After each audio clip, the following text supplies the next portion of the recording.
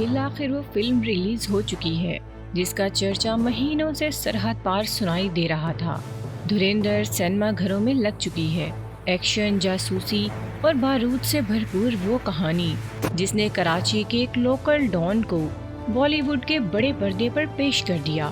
Screen پر گولیاں چلتی ہیں، پس منظر میں موسیقی گونجتی ہے اور ایک نام بار بار دہرایا جاتا ہے، رحمان ڈکیت۔ فلم ختم ہوتے ہی ہال کی روشنیاں تو جل جاتی ہیں، مگر ذہن میں سوالوں کا اندھیرا اور گہرا ہو جاتا ہے، کیونکہ فلم تو ریلیز ہو گئی ہے مگر سچ اب بھی اپنی باری کا منتظر ہے۔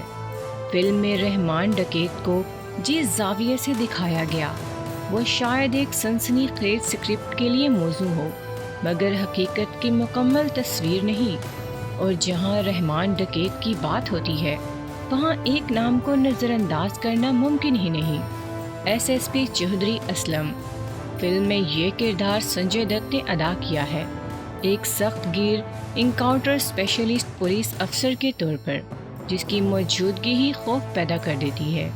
لیکن پردے پر دکھایا گیا یہ کردار اصل چودھری اسلم کا صرف ایک رخ ہے، پوری حقیقت نہیں۔ اصل زندگی میں چودھری اسلم نہ مکمل ہیرو تھا اور نہ روایتی ویلن۔ وہ کراچی کی اس جنگ کا حصہ تھا جہاں قانون، سیاست اور بندوق کی سرحدیں آپس میں گڈمڈ ہو چکی تھیں۔ کچھ کے لیے وہ ریاست کا محافظ تھا پر کچھ کے لیے قانون سے آگے نکل جانے والی طاقت۔ یہی وجہ ہے کہ فلم ریلیز ہوتے ہی سوشل میڈیا پر بحث چھڑ گئی۔ کسی نے کہا کہ فلم نے سچ دکھا دیا، کسی نے اسے پروپیگنڈا قرار دیا، کسی نے رحمان ڈکیت کو غدار کہا اور کسی نے محافظ۔ دھریندر ختم ہو چکی ہے مگر لیاری کی کہانی ابھی ختم نہیں ہوئی۔ اصل سچ جاننے کے لیے ہمیں واپس جانا ہوگا اسی جگہ جہاں یہ سب شروع ہوا تھا، لیاری۔ لیاری کوئی عام علاقہ نہیں تھا، یہ کراچی کا وہ حصہ تھا جہاں گلیاں تنگ تھیں مگر کہانیاں بہت وسیع، جہاں دیواروں پر گولیوں کے نشان تھے اور گھروں کے اندر خوف نسل در نسل منتقل ہوتا تھا۔ یہاں بچے آنکھ کھولتے ہی یہ سیکھ لیتے تھے کہ خاموشی کب ضروری ہے اور ہمت کب خطرناک بن جاتی ہے۔ لیاری میں جرم کوئی اچانک اختیار نہیں کیا جاتا تھا، یہ اکثر وراثت میں ملتا تھا۔ یہ کہانی کسی عام مجرم کی نہیں بلکہ ایک ایسے کردار کی ہے جس نے لیاری کی فضا کو خوف، طاقت، سیاست اور خون سے بھر دیا۔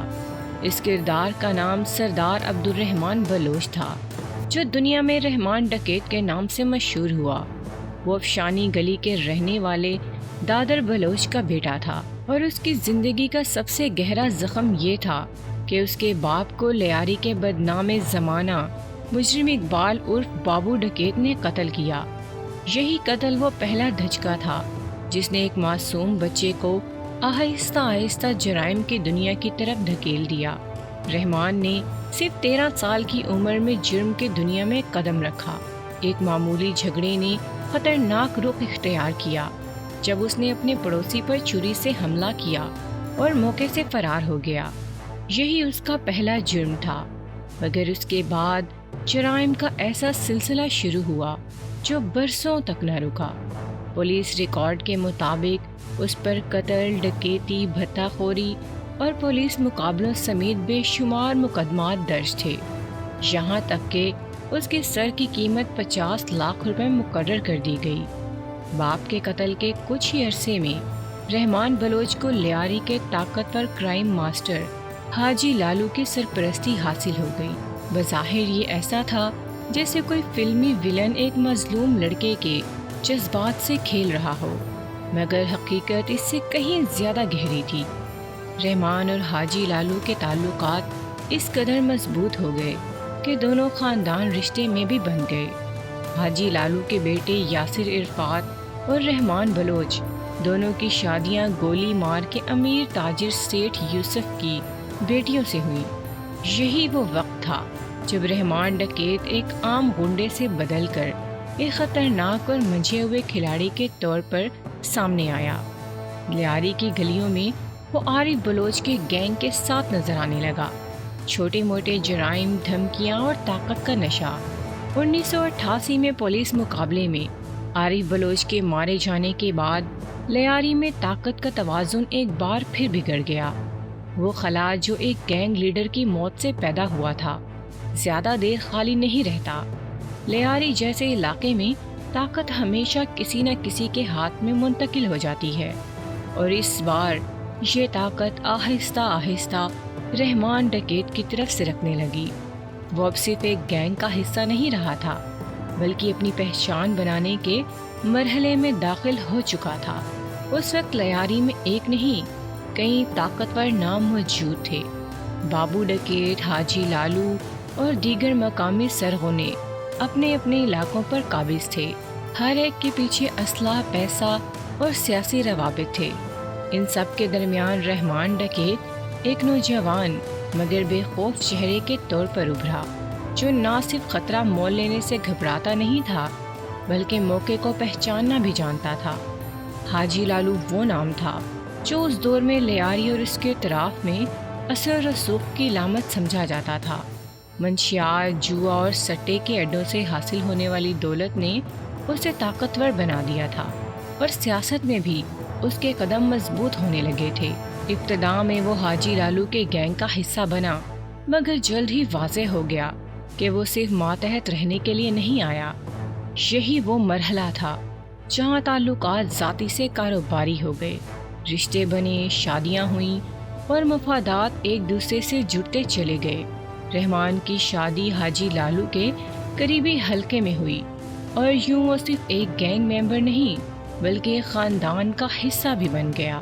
اس رشتے نے اسے تحفظ بھی دیا اور طاقت بھی، مگر ساتھ ہی ایک ایسی زنجیر بھی ڈال دی جس کی قیمت آگے چل کر چکانی تھی۔ 90 کی دہائی کے آخر تک لیاری کی آگ صرف اس علاقے تک محدود نہیں رہی تھی، اس کی لپیٹیں پورے کراچی کو چھونے لگی تھیں۔ اغوائے برائے تاوان، بھتہ خوری اور گینگ وار کی خبریں اب صرف مقامی نہیں رہیں بلکہ قومی مسئلہ بن چکی تھیں۔ تاجر خوف میں تھے، شہری عدم تحفظ کا شکار تھے، اور ریاست پر یہ سوال اٹھنے لگا تھا کہ آخر قانون کہاں ہے؟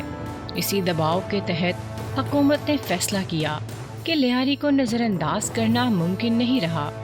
یہ وہ مرحلہ تھا جب ریاست نے اس علاقے کی طرف سنجیدگی سے دیکھنا شروع کیا، اور اسی نظر کے ساتھ ایک نام ابھر کر سامنے آیا: چودھری اسلم۔ چودھری اسلم کراچی پولیس کا وہ افسر تھا جس کی شہرت پہلے ہی ایک سخت گیر اور بے رحم انکاؤنٹر اسپیشلسٹ کی بن چکی تھی۔ اس کے بارے میں کہا جاتا تھا کہ وہ فائلوں میں الجھنے کی بجائے مسئلے کو جڑ سے کاٹنے پر یقین رکھتا ہے۔ یہی وجہ تھی کہ جب لیاری کے لیے ایک خصوصی حکمت عملی بنانے کی بات ہوئی تو اس کا نام سب سے پہلے لیا گیا۔ یوں لیاری ٹاسک فورس وجود میں آئی۔ یہ محض ایک پولیس یونٹ نہیں تھی بلکہ ریاست کی طرف سے ایک واضح پیغام تھا کہ اب گینگ وار کو معمول سمجھ کر برداشت نہیں کیا جائے گا۔ چودھری اسلم کے ساتھ عرفان بہادر اور عمر شاہد حامد جیسے افسران بھی تھے جن کے اپنے ذاتی زخم اور محرکات تھے۔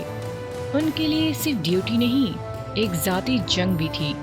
چودھری اسلم کے لیے رحمان ڈکیت صرف ایک مجرم نہیں تھا بلکہ ایک علامت تھا، لیاری کے اس نظام کی علامت جس نے ریاست کی رٹ کو چیلنج کر رکھا تھا۔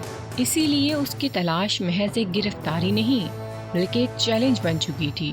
دوسری طرف رحمان بھی جانتا تھا کہ یہ مقابلہ عام پولیس افسر سے نہیں بلکہ ایک ایسے شخص سے ہے جو پیچھے ہٹنا نہیں جانتا۔ یہی وہ موڑ تھا جہاں لیاری کی جنگ گینگ مقابلہ گینگ سے نکل کر ریاست و مقابلہ ڈان بن گئی۔ فضا میں کشیدگی تھی، خاموشی کے پیچھے طوفان چھپا ہوا تھا، اور سب جانتے تھے کہ ٹکراؤ اب ٹلنے والا نہیں ہے۔ مئی 2005 میں اطلاع ملی کہ رحمان ڈکیت ہب کے علاقے میں موجود ہے، ایک ایسے ٹھکانے پر جسے وائٹ ہاؤس کہا جاتا تھا۔ یہ کوئی عام مکان نہیں تھا بلکہ ایک محفوظ قلعہ، اونچی دیواریں، اسلحے سے لیس پہرہ دار اور ہر وقت تیار ساتھی۔ چودھری اسلم نے اس اطلاع کو معمول کی خبر نہیں سمجھا۔ اس بار وہ مکمل تیاری کے ساتھ نکلے۔ اس یقین کے ساتھ کہ اب کی بار شکار ہاتھ سے نہیں نکلے گا۔ رات کا اندھیرا تھا، فضا میں نمی اور اعصاب پر تناؤ۔ لیاری ٹاسک فورس نے وائٹ ہاؤس کو گھیرے میں لے لیا۔ منصوبہ واضح تھا، گرفتاری نہ کے مقابلہ۔ مگر جیسے ہی پولیس آگے بڑھی، منظر یکسر بدل گیا۔ اندر موجود لوگ گھبراہٹ میں نہیں تھے بلکہ تیار تھے۔ اچانک فائرنگ شروع ہو گئی، تیز، منظم اور بے رحم۔ یہ کوئی یک طرفہ کارروائی نہیں تھی۔ رحمان ڈکیت نے نہ صرف مزاحمت کی بلکہ پولیس کو پیچھے دھکیل دیا۔ فائرنگ کے تبادلے میں S H O Arshad Butt موقع پر ہی شہید ہو گئے، جبکہ عمر شاہد حامد سمیت کئی اہلکار زخمی ہوئے۔ وائٹ ہاؤس وہیں کھڑا رہا، مگر ریاست کی یہ کوشش ناکامی میں بدل گئی۔ چودھری اسلم کے لیے یہ محض ایک ناکام آپریشن نہیں تھا، یہ ایک ذاتی دھچکا تھا۔ وردی نے خون دیکھا تھا اور یہ خون رائے گا نہیں جانا تھا۔ اس رات کے بعد اس کی جنگ میں ضد شامل ہو گئی۔ اب بات گرفتاری سے آگے بڑھ چکی تھی، یہ حساب برابر کرنے کا مرحلہ تھا۔ دوسری طرف وائٹ ہاؤس کی کامیاب مزاحمت نے رحمان ڈکیت کی شہرت کو مزید بڑھا دیا۔ لیاری میں اس کا نام خوف کی علامت بن چکا تھا، مگر وہ بھی جانتا تھا کہ ریاست کو یوں للکارنے کی قیمت ہوتی ہے، اور یہ قیمت جلد یا بدیر وصول کی جاتی ہے۔ وائٹ ہاؤس کی ناکامی کے بعد لیاری کی فضا بدل چکی تھی۔ یہ اب محض ایک پولیس آپریشن کی شکست نہیں تھی، بلکہ ریاست کے وقار پر لگا ہوا زخم تھا۔ S H O Arshad Butt کی شہادت نے اس زخم کو اور گہرا کر دیا۔ چودھری اسلم کے لیے لمحہ فیصلہ کن تھا۔ اب وہ پیچھے ہٹنے والا نہیں تھا۔ ریاستی دباؤ بڑھا، مخبروں کا جال مزید پھیلایا گیا اور رحمان بلوچ کے قریبی حلقے نشانے پر آنے لگے۔ کچھ ہی دنوں بعد یہ خبر آئی کہ رحمان کا سوتیلا بھائی عبدالرحیم پولیس مقابلے میں مارا گیا ہے۔ سرکاری موقف واضح تھا، یہ قانون کی کارروائی ہے، مگر لیاری کی گلیوں میں سرگوشیاں کچھ اور ہی کہہ رہی تھیں۔ وہاں اسے وائٹ ہاؤس سے لیا گیا، حساب سمجھا گیا، خون کے بدلے خون۔ اس واقعے نے رحمان ڈکیت کو اندر سے ہلا دیا تھا، مگر وہ پیچھے ہٹنے والا نہیں تھا۔ اس کی جنگ اب صرف بقا کی نہیں رہی تھی، بلکہ عزت اور اثر و رسوخ کی جنگ بن چکی تھی۔ چند ماہ بعد جون 2006 میں اچانک خبر آئی کہ رحمان ڈکیت کو کوئٹہ سے گرفتار کر لیا گیا ہے۔ یہ خاموش مگر بڑی کامیابی تھی۔ اسے کراچی منتقل کیا گیا، مگر حیران کن طور پر اس کی گرفتاری کو منظر عام پر نہیں لایا گیا۔ تفتیش خفیہ رکھی گئی، مقام نامعلوم رکھا گیا، اور اس خاموشی کے پیچھے کئی سوال جنم لینے لگے۔ اسی دوران ایک اور طوفان اٹھا۔ ایک جعلی پولیس مقابلے کا کیس سامنے آیا، جس نے پورے نظام کو ہلا کر رکھ دیا۔ عدلیہ نے نوٹس لیا اور حالات نے ایسا پلٹا کھایا کہ خود چودھری اسلم کو گرفتار کر کے جیل بھیج دیا گیا۔ جس افسر نے لیاری کو قابو میں کرنے کی کوشش کی تھی، وہ اب خود قید میں تھا۔ یہ وہ لمحہ تھا جہاں کہانی نے غیر متوقع رخ اختیار کیا۔ کراچی کے ایک مقام میں محدود نگرانی کے باوجود وہ موقع آ گیا جس کی شاید کسی نے توقع نہیں کی تھی۔ چند لمحوں کی منصوبہ بندی، چند لوگوں کی غفلت، اور رحمان ڈکیت ایک بار پھر ریاست کی گرفت سے نکل گیا۔ یہ صرف ایک شخص کا فرار نہیں تھا، یہ پورے نظام پر ایک سوالیہ نشان تھا۔ لیاری میں اس خبر نے جیسے آگ لگا دی۔ رحمان واپس آ چکا تھا، اور اس کی واپسی کے ساتھ ہی پرانی دشمنیاں بھی لوٹ آئیں۔ ریاست کے لیے یہ ذلت تھی، اور چودھری اسلم کے لیے ایک اور حساب جو بھی باقی تھا۔ ریاستی گرفت سے نکلنے کے بعد رحمان نے سب سے پہلے اپنی طاقت کو اثر نو منظم کیا۔ پرانے ساتھی واپس بلائے گئے، نئے رابطے بنے، اور لیاری میں کنٹرول کے وہ مقامات دوبارہ فعال کیے گئے جہاں سے اس کا راج چلتا تھا۔ بس اڈے، ٹرانسپورٹ یونینز، بھتے کے نیٹ ورک اور اثر و رسوخ کی وہ لکیریں جن پر پورا علاقہ سانس لیتا تھا۔ اس دوران ایک نام بار بار سامنے آیا، ارشد پپو۔ گینگ وار نے شدت اختیار کی، دن دہاڑے فائرنگ، رات گئے اغوا، اور ہر دوسرے دن لاش۔ لیاری پھر سے خوف کے علامت بن گیا۔ اسی دوران ریاست نے ایک اور بڑا قدم اٹھایا۔ مشترکہ کارروائیوں کے نتیجے میں ارشد پپو کو گرفتار کر لیا گیا۔ یہ گرفتاری لیاری کے لیے ایک زلزلے سے کم نہ تھی۔ برسوں بعد پہلی بار طاقت کے توازن میں واضح تبدیلی آئی۔ ارشد پپو کے جیل جاتے ہی رحمان ڈکیت عملاً لیاری کا واحد بڑا نام بن کر ابھرا۔ وہ ڈان جسے اب کھلا چیلنج دینے والا کوئی نہیں تھا۔ ارشد پپو کی گرفتاری کے بعد لیاری میں خاموشی ضرور آئی، مگر یہ خاموشی سکون کی نہیں تھی۔ یہ وہ خاموشی تھی جو طوفان سے پہلے آتی ہے۔ رحمان ڈکیت اب بلا شبہ لیاری کا سب سے طاقتور نام بن چکا تھا، مگر طاقت کے ساتھ اس کی قیمت بھی بڑھ گئی تھی۔ اب اس کے فیصلے صرف گلیوں تک محدود نہیں رہے تھے، وہ سیاست کے کمروں تک سنائی دینے لگے تھے۔ ادھر چودھری اسلم کے لیے وقت جیسے ٹھہر سا گیا تھا۔ وہ افسر جو برسوں سے ایک ہی شکار کے پیچھے تھا، اب ہر خبر، ہر اطلاع کو اپنی سونگتی ہوئی نظر سے پرکھ رہا تھا۔ چودھری اسلم خود ہر اطلاع کو جوڑ رہا تھا، ہر کڑی کو پرکھ رہا تھا۔ وہ جانتا تھا کہ ایک غلط قدم برسوں کی محنت ضائع کر سکتا ہے۔ پھر وہ لمحہ آیا جس کا وہ انتظار کر رہا تھا۔ ایک مختصر سی فون کال ٹریس ہوئی۔ بات چند سیکنڈز کی تھی، مگر چودھری اسلم کے لیے یہ کافی تھی۔ اس نے فوراً سمجھ لیا کہ رحمان ڈکیت اس وقت بلوچستان کے علاقے من میں موجود ہے اور کراچی واپس آنے والا ہے۔ یہ اطلاع معمولی نہیں تھی، یہ وہ خبر تھی جو صرف ایک موقع دیتی ہے، سب کچھ بدل دینے کا یا سب کچھ گنوا دینے کا۔ چودھری اسلم نے ایک لمحہ ضائع نہیں کیا۔ اس کے لیے یہ محض ایک موومنٹ نہیں تھی، بلکہ برسوں پر پھیلی اس جنگ کا آخری باب تھا۔ وہ جانتا تھا کہ اب کی بار اگر قدم اٹھا تو پیچھے ہٹنے کی کوئی گنجائش نہیں ہوگی۔ یہ وہ لمحہ تھا جب شکاری نے فیصلہ کر لیا تھا کہ شکار اب بچ کر نہیں جائے گا۔ رات گہری تھی اور سڑک غیر معمولی طور پر خاموش۔ یہ وہ خاموشی تھی جس میں قدموں کی آہٹ بھی گونج بن جاتی ہے۔ چودھری اسلم نے اسی خاموشی کو چنا تھا۔ منصوبہ سادہ نہیں تھا، مگر واضح تھا۔ چودھری اسلم خود موقع پر موجود تھا۔ اس کی نظریں ہر گاڑی، ہر سائے پر تھیں۔ اطلاع کے مطابق رحمان ڈکیت اپنے چند قریبی ساتھیوں کے ساتھ بلوچستان سے کراچی کی طرف بڑھ رہا تھا۔ راستہ وہی تھا جہاں کنٹرول لیا جا سکتا تھا، جہاں غلطی کی گنجائش صفر تھی۔ گاڑی رکی، سامنے وردی میں لوگ، پیچھے برسوں کی دشمنی۔ روایت کے مطابق کہانی یہاں موڑ لیتی ہے، مگر اس رات موڑ نہیں آیا، انجام آیا۔ لمحوں میں فضا چیخ اٹھی، گولیوں کی آواز نے خاموشی کو چیر دیا۔ S S P Chaudhry Aslam نے پیچھے نہیں دیکھا۔